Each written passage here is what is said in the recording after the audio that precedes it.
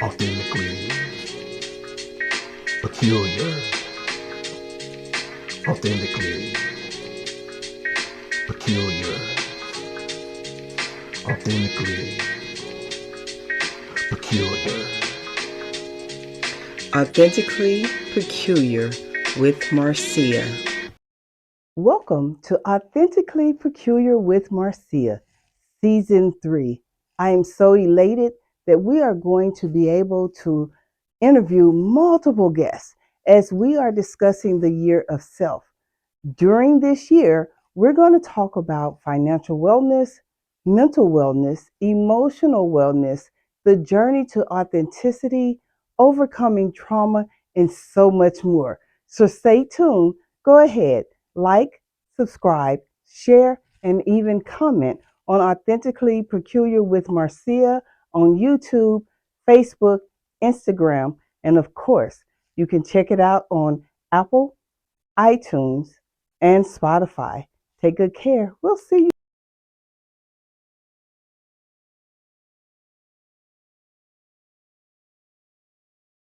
Welcome back to Authentically Peculiar with Marcia. I'm elated to speak with you today about emotional safety.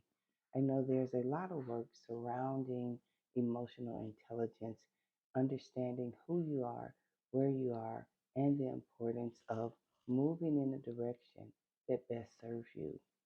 As we begin to talk about emotional intelligence, of course, that encompasses self awareness. Are you aware of who you are? Having an understanding about you. Most people think that they understand themselves, but the difficulty that they face is they understand themselves through the lenses of others, what others think about them, what society says that they have to be, what they have to do, and how they have to move. They also understand that when you are emotionally intelligent, you have a level of self regulation where you're making decisions and commitments, owning your accountability for yourself, where you are allowing yourself to move away from disruptive emotions and behavioral responses. You're self motivated when you operate in a space of emotional intelligence. You can go out and do the things that you desire to do on your behalf in order for you to be able to capture the things that you need to capture for yourself to accomplish those goals. You have empathy when you are emotionally intelligent. You try to understand why someone is feeling the way that they're feeling without being in a space of defense or ready to fight or become the victim. Additionally, with emotional intelligence, you have social skills.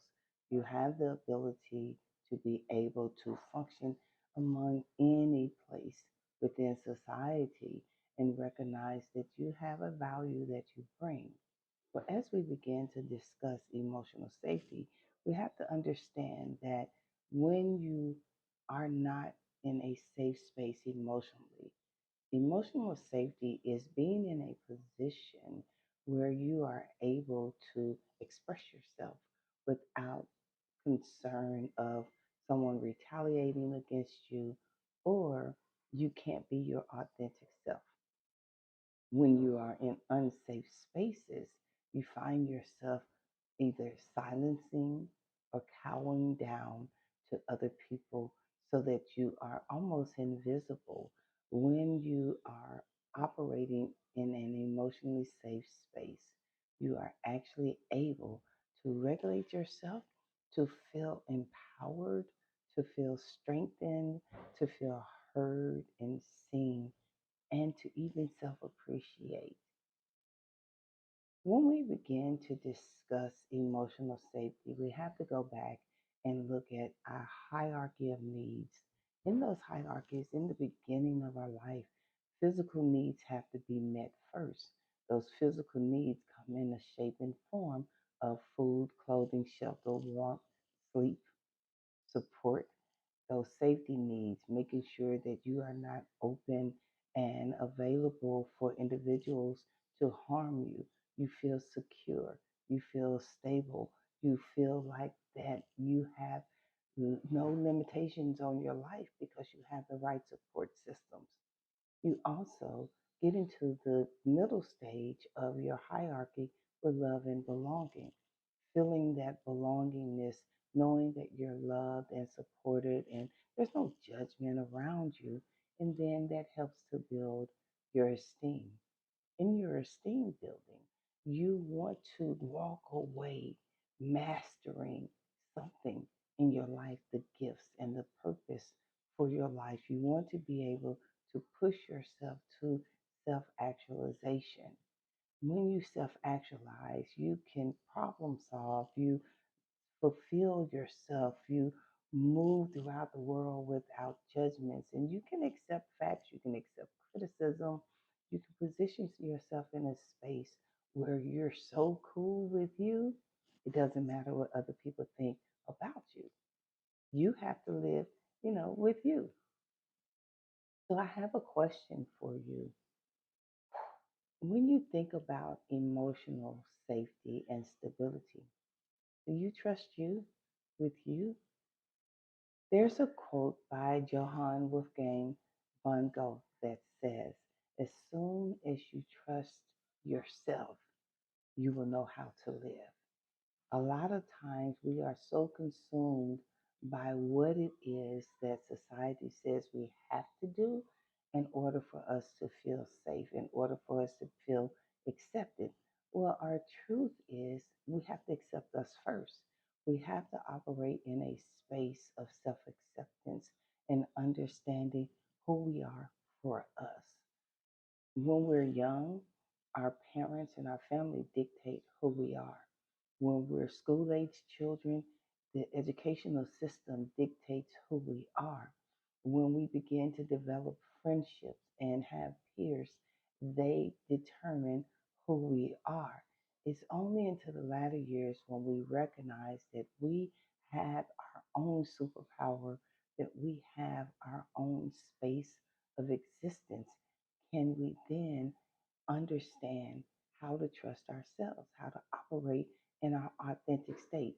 Because that is the ultimate goal. When you are emotionally safe, you operate in a state of authenticity. So I want you to think about a couple of questions.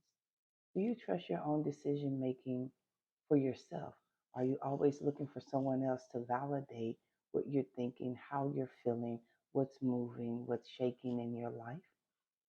Do you have to depend on that validation before you can even make a decision to trust yourself? Do you speak negative to yourself? Do you often talk about how, we all battle with something? Um, I'll use me as an example: weight gain, weight loss, the commitment, the movement, the change of eating habits, all of those different things. Do you internally and externally say negative things about yourself in a manner causing distrust within yourself? Do you speak positive to yourself? I am a firm believer that we are the words that we speak. So as the mouth speaks, so as a man is. As a man speaketh, so is he. Speaking from your mouth, it actually penetrates your heart, which penetrates your head, and subsequently penetrates your actions. But if you're speaking negative, you're going to have negative outcomes.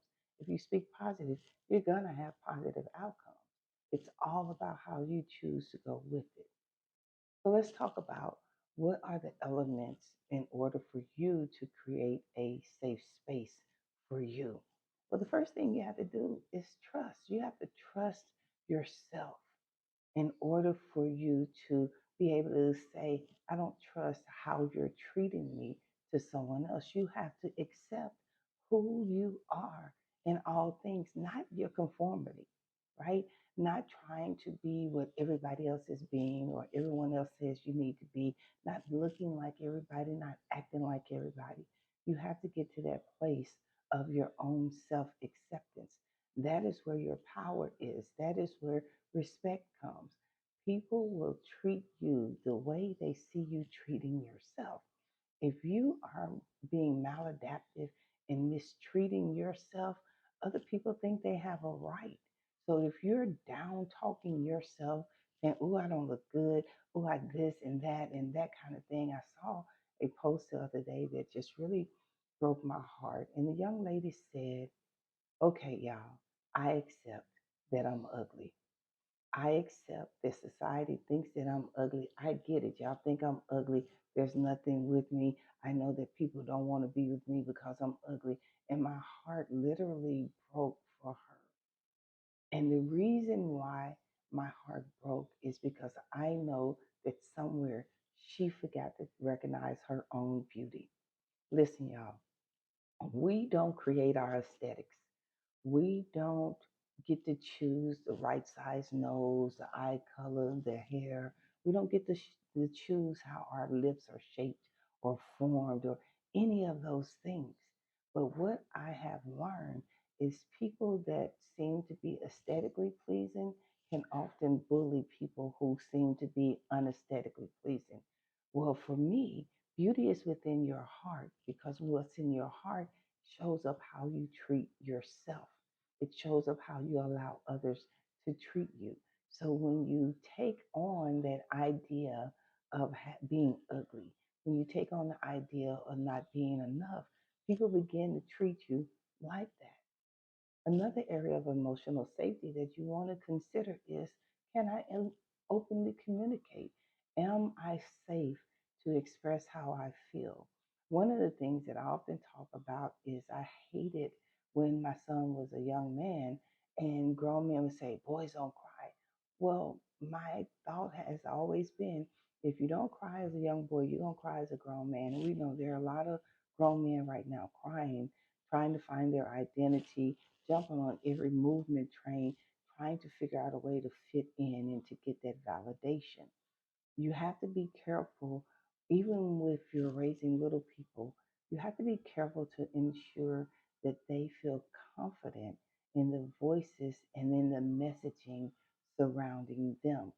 If you rob them of their voice as a young person, guess what's going to happen? It is going to create situations as they get older for them to have robbed voices. You don't want to do that to your little people. Take a moment, look back at when your voice was robbed, when people told you to sit down and be quiet, children are spoken to and shouldn't speak. I'm a Generation Xer.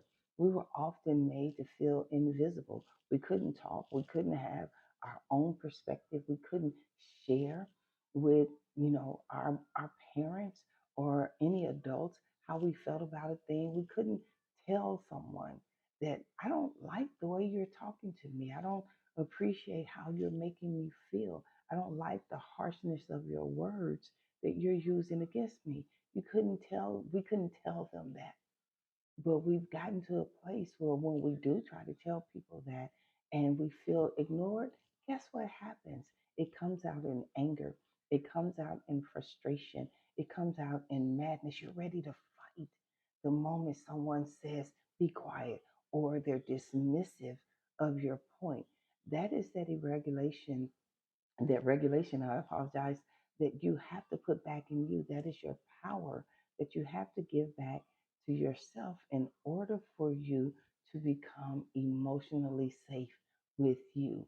You have to establish emotional safety within yourself first before you give it over to someone else. You want to make sure that you are emotionally safe in every ship that you're involved in. What do I mean by ship? Relationship, siblingship, parentalship, workmanship, any kind of relationship, from partnerships to anything, just being friends, just being you. You want to make sure that you create an emotionally safe situation for you, or know when it's time to escape. You don't have to stay in abusive situations.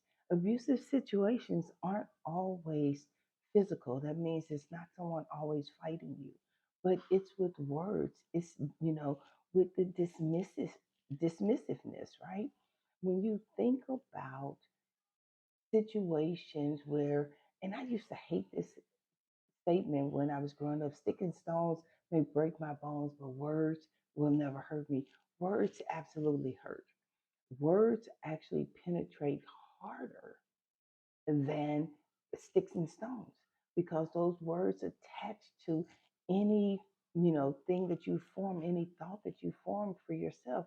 If you've already conditioned yourself to have negative thoughts about things that's going on in your life, and someone else comes on and say the same thing, those words are going to attach to your belief system, and you're going to operate in those. So you want to make sure that you are establishing emotionally safe situations so that you can flourish, so that you can be your authentic self, so that you can reduce that stress and that anxiety. Stop trying to force relationships that no longer serve you. Listen, when you release the dead weight of broken relationships, new relationships are going to come. So, what are some examples of being emotionally unsafe, of being in those environments?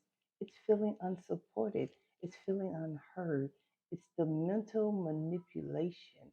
You know, one of the things I tell people all the time is when you begin to share your story with someone and they take your story over with the Me Too, with the perspective of my story can out your story, you're not in an emotionally safe environment. You're not in a space where people are going to respect who you are. There's a model of safety that, we want to try to mimic in our lives. We want to create the safety model. And safety uh, is an acronym for being secure, to have autonomy, to exert fairness, to live with esteem, especially high esteem, to trust, and to be you. I'm going to go through that a little bit because I really want to help you to position yourself to operate in safe spaces.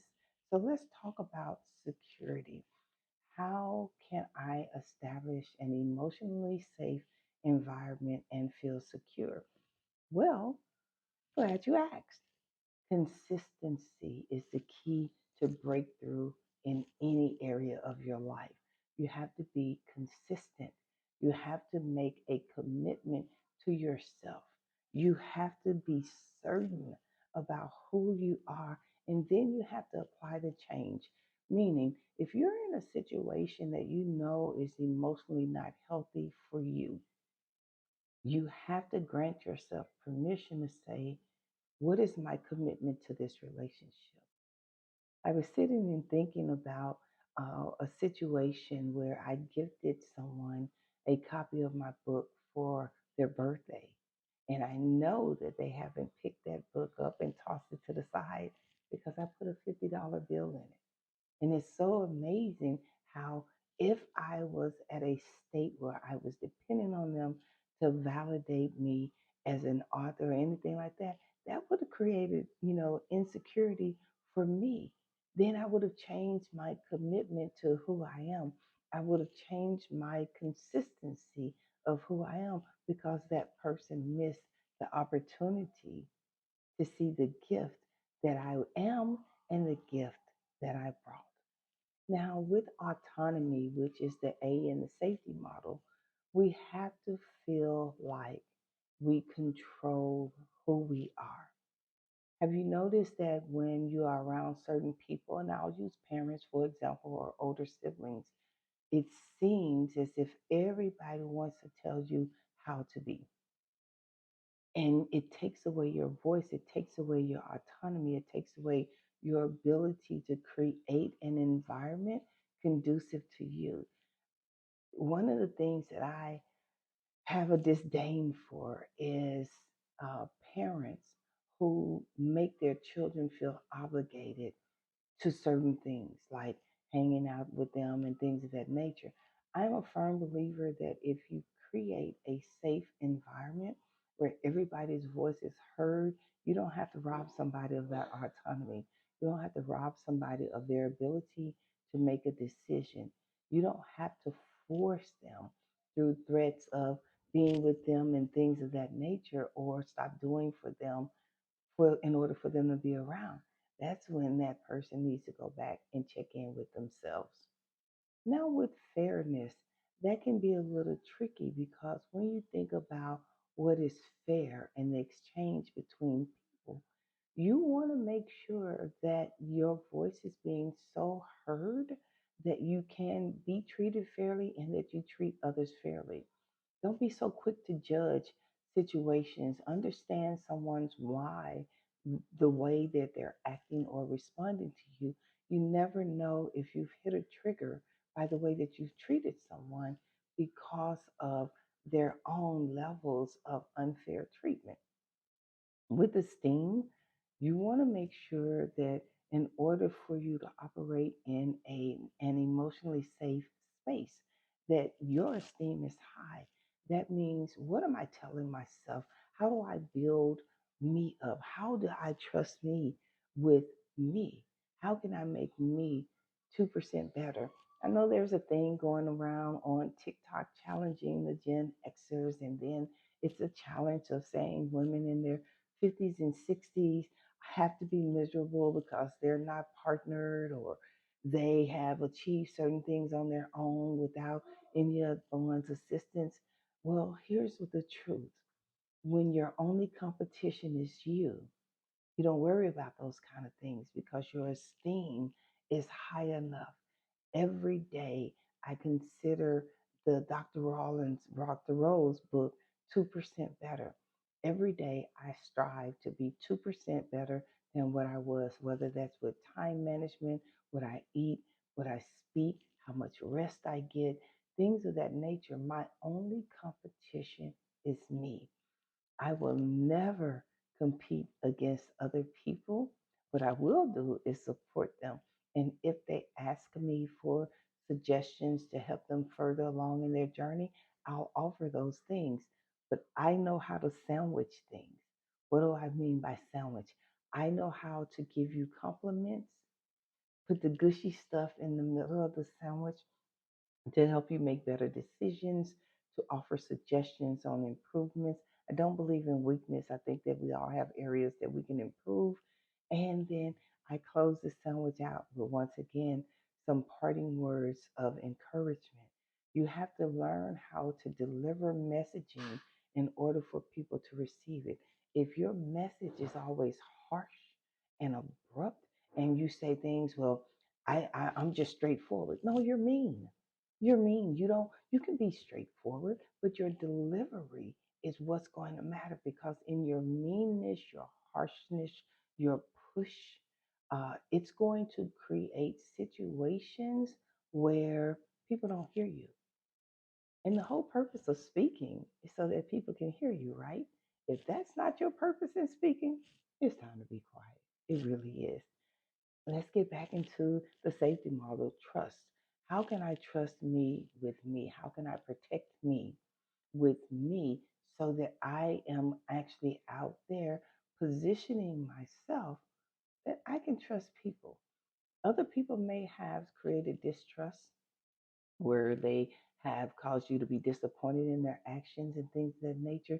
You can't own that. I had a client, or I have a client, who I often remind them that you can't own somebody else's behavior. You can't own somebody else's actions. You can't own them trying to point the finger at you because you're an easy target for them. You have to trust who you are within who you are. And that comes in with knowing who you actually are. And then finally, the last letter of the safety model is why. That's you. Understand your why, how you react and respond to things. I had a situation that came up in my personal life, and I had to actually talk to my own therapist about what was going on and what I was feeling. Well, statements were made when I was younger, when I was going through childhood molestation. And it was the statement made that if I told anyone, they would kill my mother. Then another statement was made that I, if something happened with my mother, I would be sent to foster care. Those two things for me established a foundation of discardment and fear. And so when I recognize now that someone is easily discarding me or throwing me away or pushing me away or abruptly stopping communication without fair warning, it feels like discardment for me. I pull back and then I shut down and shut out. That is something that I have to admit that I continue to work on because I have to tap back in to ask them their why if I choose to have a relationship with them. That relationship is a choice for me, but part of my boundaries is to remind people you can't just treat me any kind of way. You can't just handle me any kind of way. That's part of your emotional safety. Now, you want to really give yourself position to change how you've been impacted by other people's negative words um, because they were their own. Those negative words that they were speaking was really based on their experience in their life, trying to project it onto you. Here's some things that you want to do to create emotional safety for yourself and in all of your ships. If you're thinking about a personal relationship, you want to create a situation where you can hear and be heard. You want to make sure that responses are empathetic. Here's the thing, you have to recognize that the only person that you can control is you. No one else is going to be able to control where you are, who you are, but you have to take on accountability and control for yourself. I was talking to someone on yesterday and they were sharing that they were frustrated that information that they felt should have been shared with them about that person's personal business wasn't. And I said to them, well, what gives you a right to tell them how to share their personal stuff? You can't control that. I know that we want to control certain things, but you don't get to control somebody's personal information or how they share it. You can support them in however they choose to, but trying to control it, yeah, you're way off key with that.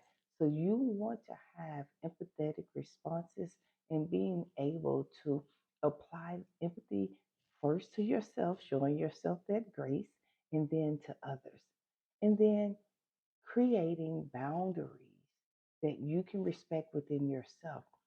So often, the first person that goes against our boundaries are ourselves. When we establish a boundary about dealing with certain people and how you work with them, and then all of a sudden they come around and they're super nice or super sweet, you lower your boundary and then you're upset when you're disappointed again.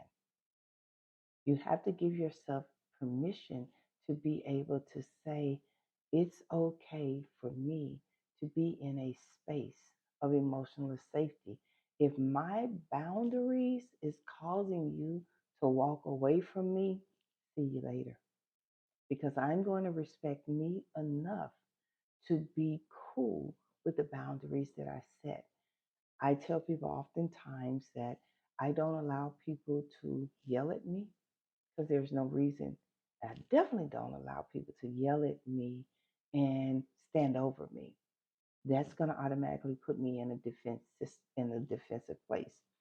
Two incidents just to share with you that example. The first incident was in high school. I was sitting in the algebra class, and this young lady, I will call her a young lady, she wasn't acting like that at the time, but this young lady decided that she didn't like me. And she decided that she wanted to start yelling at me and stood up over me. And I kept saying, you need to move. And my best friend was in the class, and he's like, this is not going to turn out good. And in everything in me, I tried to maintain my footing in that seat and not respond. But the more this person stood over me and wanted to threaten me because of whatever their insecurities were, I had to force myself to say, listen, if you don't get up and do something, then they're going to continue to try to bully you. And so I did. I raised up and I got up and said, you need to get out of my face. And I was escorted out of the class because it definitely could have gotten much, much worse than what it did. Because once I stood up, I took a stand on making sure that I was not going to be disrespected. Another incident was being at work and as a supervisor and having an employee to come in and raise her voice while I was in a seated position and she was standing. And I barely glanced up and I just simply said, it would behoove you to leave my office immediately to save your life. At that point, I didn't care about working for the federal government. At that point, I didn't care where I was. I cared about my safety. And another employee heard me say this and came and got the young lady and said, the moment she said behoove, you should have known that your life was on the line. That is a boundary for me. Part of the reason why it's a boundary for me is I was robbed at gunpoint from the back of my head at the age of 17. So for people to stand over me and this person had a gun stuck to the back of my head and yelling at me, calling me all kind of names, and that is a huge trigger for me. I don't like people standing over my head. Definitely don't touch me from the back because you'll get a reaction. I am not healed in that space. I am extremely cautious about that because that was a very traumatic experience for me. And here I am at 55, and it still creates a reaction of protection and safety for me. I'm always going to protect me first. And that's what you have to do with emotionally safety. You want to create situations in relationships that shows compassion, that there's gentle tones, there's connection, optimism and positivity, openness, honesty, being able to be vulnerable without it coming back, having active listening. I know that right now a lot of relationships are in trouble because people will hear and receive the message of pain of their partner that they're supposed to hold dear. But in an argument, that joker will turn around and bring up those pain points in an effort to minimize who you are. I remember being told by a couple of family members, see, you think you know everything. That's the reason why nobody in the family likes you. And I was like, whoa, okay, had to take a deep breath on that, pull it back in, and then recognize that whatever anyone was feeling had nothing to do with me. If your insufficiencies and your insecurities cause you to dislike a person because they have established a safety mechanism for them, then the work isn't on them, the work is on you. And of course, the person came back and later apologized and said, I recognize now that when I said that, I was angry because you wouldn't allow me to get my way. And it's okay. I understand. And if they never came back and apologized, and this is something that I share with my clients a lot, even if you feel like you are owed an apology, if they never come back and apologize, don't give people the permission to control you because they failed to apologize or failed to acknowledge where they were. You get the right to say, I forgive you, and still not have to deal with you. I forgive how you treated me, how you broke my boundaries, how you attempted to sabotage me or emotionally manipulate me, but I forgive you. That forgiveness has nothing to do with them. It has everything to do with you. Now, here are some quick ideologies or ideas of if you're operating in an emotionally unsafe space. If you have a partner that's always criticizing you, they distrust you, distrust them, they're name calling, they're negative, they're ignoring you, they don't have any show any level of empathy or vulnerability. They're always trying to yell and argue at you. They're always trying to remind you of your mistakes. That is an emotionally unsafe environment. You need to make an exit plan. You need to identify how you're going to get out of there because here's the truth. People aren't going to change just because they hurt your feelings, right? They'll stick around as long as they can emotionally manipulate you and get you to feel guilty and do the things that they want you to do. But you don't need that. You don't need that in your spacing. In the family, emotional safety and family can be tough because, like I said, I'm a Generation Xers. I was raised by baby boomers. I was raised by situations that said you can't openly express. I was laughing at one of my aunts when we were talking about this new age of children and that our children are raising. And I shared with her because she was a school teacher, a special ed school teacher for many years, and we talked about how the children were evolving. And I said to her, "Well, T, listen, the things that was acceptable for you all and how you all raised us, silencing our voice and things of that nature, these kids are not tolerating that. They are demanding a space of safety to say what they need to say and express how they feel. Now, with that, I do expect them to deliver that message in a respectful way, right? I do expect them to understand that even with their expression, I may not always agree, but I'm not going to devalue what their statement is. But you still not going to come and yell at me and curse me out and think that that's cool. Yeah, no, we're not doing that. With family dynamics, a lot of times it's hard to establish conflict resolutions because everybody's trying to tell their story, everybody's trying to understand their why. And if you're a follower of me, you've heard this story many, many times before. Follow me. If you follow me, you've heard this story many times before about how my mother shared that she didn't want me. She didn't want to be pregnant with me because she was in a very abusive situation, her marriage with my dad.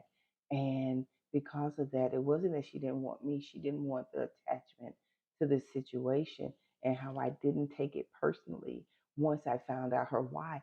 Did it knock the air out of me? Of course it did. Did it hurt my feelings? Of course it did. But once I understood her why and her need for self preservation and safety and security, it made it easily more biteable. How do you eat an elephant? One bite of it at a time. It made me able to consume that information and not hold that grudge. It gave me the strength to address any conflict that I had within me with my mom and even with my dad. I was able to resolve whatever conflicts before they got out of here, which gave me a sense of peace because I'm not one to just let stuff go and fester inside of me. Do you know that when you have anxiety, depression, and frustration because of the way that people treat you and things of that nature, it sets up in your body and creates high blood pressure, diabetes, uh, multiple other medical diagnoses. If you let go and create an emotionally safe environment, then you will find that you're going to be healthier. You're going to be motivated to do things that you didn't think that you could do before without anybody else's validation. So here are some challenges within the family when you talk about emotional safety. A lot of invalidated experiences, that black sheep effect, feelings of rejection, and that lack of support. I have a client who is adamant to believe that even in her adult life, an established adult life, she has her own career and things of that nature, that her parents still owe her.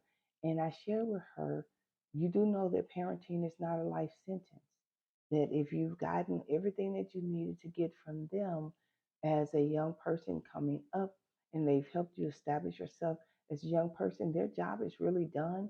Anything that they desire to do, they choose to do, it becomes a choice. It's not a requirement. Parents, hear me out. You don't have a life sentence to take care of your kids. Assist them to getting to where their footing is. But even if you find that they're more dependent on you than themselves, you got to create some emotionally safe boundaries for yourself.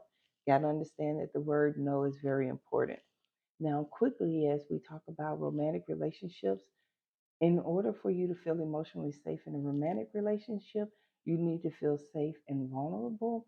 You need to be able to talk about your get naked moments, that those moments where you are really at a point where there's nothing left. All it is your nakedness and your vulnerability. If you're with a partner that you can't trust with your nakedness, and I'm talking about your emotional nakedness, your spiritual nakedness, then you may want to rethink that again and identify, what do I need to put into place so that I can operate in a space where I'm not ashamed to be vulnerable. To young ladies, when you have a young man or a man in your life who shares and expresses how they feel about things, Can you all please stop looking at that as weakness? We are all humans, and we should be able to have a safe situation to say, this hurts. I didn't like the way this felt, and things of that nature. If you are literally attacking a person for sharing, especially because they're male, how they're feeling, something's wrong with you, and you really need to go get some assistance because you're damaging a person. Because honestly, you're damaged. Move that stigma, that foolishness out of the way that men can't express emotions. Listen, the same way we can't choose our aesthetics, we can't choose, hey God, make me tough. Don't let me feel emotions. Don't let me feel. But then you all would be mad because they don't talk to you. Well, they can't because you robbed a situation. And this is for any partnered situation. You robbed a situation for them to be vulnerable. Make sure that you're consistent with your support in a romantic relationship because that is going to create emotional safety. And don't try to always control the situation. When it comes to friendship, I have two very staunch rules about friendship: loyalty and reliability, period. But I won't just use Marcia. When you think about emotional safe spaces in friendship, be reliable, show up for your friends. When my mother suddenly died in 2016, I recognized that my friendship circle was really small. I had very few that I could rely on outside of my children to help me get through the grief process of that. And honestly, I was very disappointed, and I scaled back a lot of associations. I don't even consider them friendships at this point, but I scaled back a lot of associations because of the way people didn't show up for me the way that I often showed up for them. And then acceptance. Accept the friend as they are. Don't keep trying to change them. However, if you see that your friend is operating in self sabotage, where they're aggressive and abusive, try to have a conversation with them. That's what friends do. And can y'all please stop letting y'all friends go out looking toe up? Can you do that? Can you be a real friend? Can you handle that? Create emotional safe spaces in the workplace. And then I'm going to wrap this up. You want to be able to create an environment of open communication, being able to receive constructive feedback and recognition. But you have to recognize your own self. You have to feel safe within yourself. You have to create an environment for you to be able to say, here's where I am, here's what I know, here's how I operate, right? You want to build your own trust within yourself. You want to build up your self value. You want to build up your own experience. Listen, you don't need other people to validate your experience. If you lived it, it's your experience. Whether they believe you or not, it's still your experience. It's not going to change that the situation happened. You just have to change how you allow that situation to impact you now. And oftentimes, here's a super key. A lot of times, when people won't validate or acknowledge your experience, is because they don't want to be they don't want to be accountable, and they don't want to have to own the right to change their thought processes or their actions because of their inability to validate you. So it really isn't about you. When they don't validate you, it is about themselves and their failure to want to be accountable for their actions and the part that they played. You want to make sure that your boundaries and your expectations are really concise to what you need, that you communicate what those boundaries are and how you're going to operate from this point forward. Anyone that chooses to disrespect your boundaries choose to disrespect you. There's just no way around that. You also want to develop effective coping skills because people, life is going to life. People are going to trigger you. Sometimes you may not even see the triggers coming, but they will. One book that I would recommend that you get is The Four Agreements. You really need to read, and reread that book and adapt a lot of those things to help you create emotionally safe space within yourself. meaning you need to be impeccable with your own word. Make your word your truth. Don't say anything that you don't mean to say. Don't do anything that you don't mean to do. And make sure that your word is your power source. Everything that comes out of your mouth. I remember hearing a lot of times the only thing that you have that's the most powerful part of you are your words. That's it. That's what you own. So let your words be impeccable. The other thing, don't take anything personally. Listen, people are going to be people. People are going to try to transfer to you things that they're feeling, how they're moving in that whole 9 yards. You don't have to cave into that. People are going to just be people, right? Don't take it personally. They have whatever they got going on. You just have to identify how it's going to impact you. Don't make any assumptions. If I would have assumed that my mother's statement of not wanting me really meant that she didn't want me, then I would have been devastated. I would have been walking around just feeling crazy and unloved. And for a long time, until I understood her pain and what she suffered, I did feel like I didn't belong. I did feel unloved. I did feel unsupported. But once I understood her why, it gave me a better understanding of who I am. And then lastly, always do your best. In everything you do, always do the best in you setting your boundaries, teaching yourself how to treat you, demonstrate how you're going to treat yourself, being able to pay attention to who you are and how people react to you, understand your own personal needs, be honest and authentic in your truth, communicate clearly. There are no magic balls. Nobody's going to read your mind. Nobody's going to pretend like they understand. Say what you mean what you say, and stand on it. Stand on it. And then you maintain your own emotional control. If somebody doesn't agree with you, they have a right not to agree with you. If somebody doesn't respect your boundaries, they have a right not to. You have a right to say, I can't tolerate that life or that behavior in my life, and to dismiss it, but they have a right to. People have a right to be however they choose to be. You just have to decide how you're going to let it impact you. So create you an emotionally safety plan. Identify what that looks like. I will make sure at the end of this podcast that you have the link to do that. It's really simple to do, but create it so that you can live with it and be able to create a situation that's safe for you. Don't keep holding on to things that you can no longer control. Don't keep trying to identify how to impact you when your truth is this: I can only control what I can control, and what I can control is me. I hope that this helps you get to a space of emotional safety in your life so that you can be your absolute best, living your most authentic life. Thanks for joining Authentically Peculiar with Marcia. So glad to have you here. Don't forget to like, subscribe, share, make comments. Go out there, check out marciablaine.com or the books, listen to podcasts over the last 3 years, pull down any information that you need. And if you need me, you can always reach out. I do respond to comments, I do respond to questions. So take good care. I'll see you at the next episode. Thank you for listening to Authentically Peculiar with Marcia. Follow us on your favorite streaming app.